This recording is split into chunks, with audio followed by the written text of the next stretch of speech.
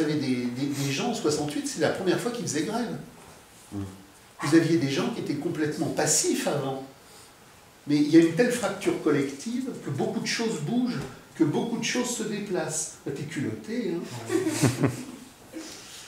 C'est ce que montre Orwell dans Catalogue libre, c'est-à-dire que quand il montre que les prostituées ne voulaient plus être prostituées, que les proxénètes avaient honte d'être proxénètes, que les ouvriers soumis devenaient des ouvriers insurgés.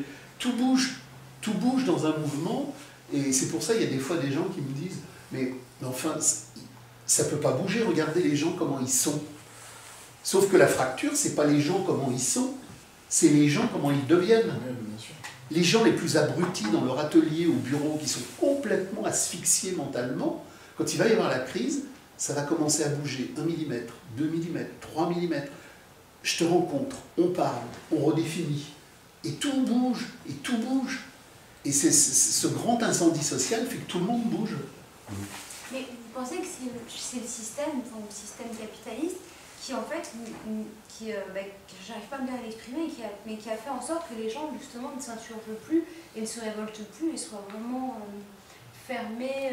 Parce qu'au final, qu'est-ce qu'ils avaient de plus que, entre guillemets, nous, les gens de 68, quoi.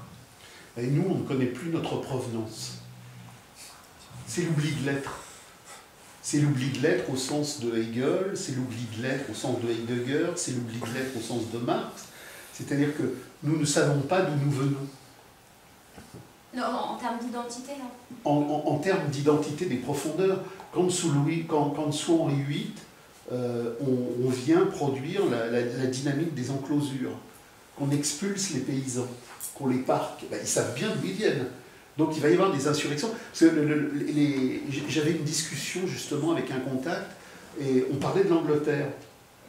Et cette personne me disait, oh, les Anglais ne sont jamais beaucoup battus en matière sociale. Hein.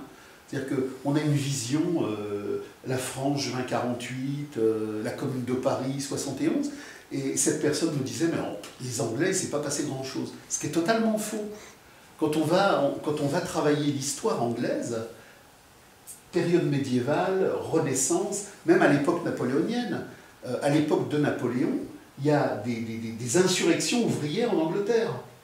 C'est-à-dire qu'il y a eu une lutte des classes extrêmement radicale en Angleterre qu'on ignore. On croit que les Anglais se sont laissés déposséder. Mais il y a eu des luttes très fortes. Donc je suis paysan anglais à l'époque d'Henri VIII, et il y a la dynamique des enclosures. Je sais d'où je viens, puisque je suis dans les communaux. Je sais d'où je viens. Aujourd'hui, je suis vendeur à Carrefour. Je suis quoi? Les communaux, c'est il y a très très longtemps. Les luttes de classe de mes arrière-grands-parents, c'est il y a très très longtemps. Donc aujourd'hui, pour la première fois, surgit l'homme réifié. L'homme réifié dans son présent, mais l'homme réifié dans sa mémoire. Donc il est congelé dans la chosification contemporaine. Sa vie historique, sa vie sexuelle, sa vie émotionnelle, tout est chosification aliénatoire.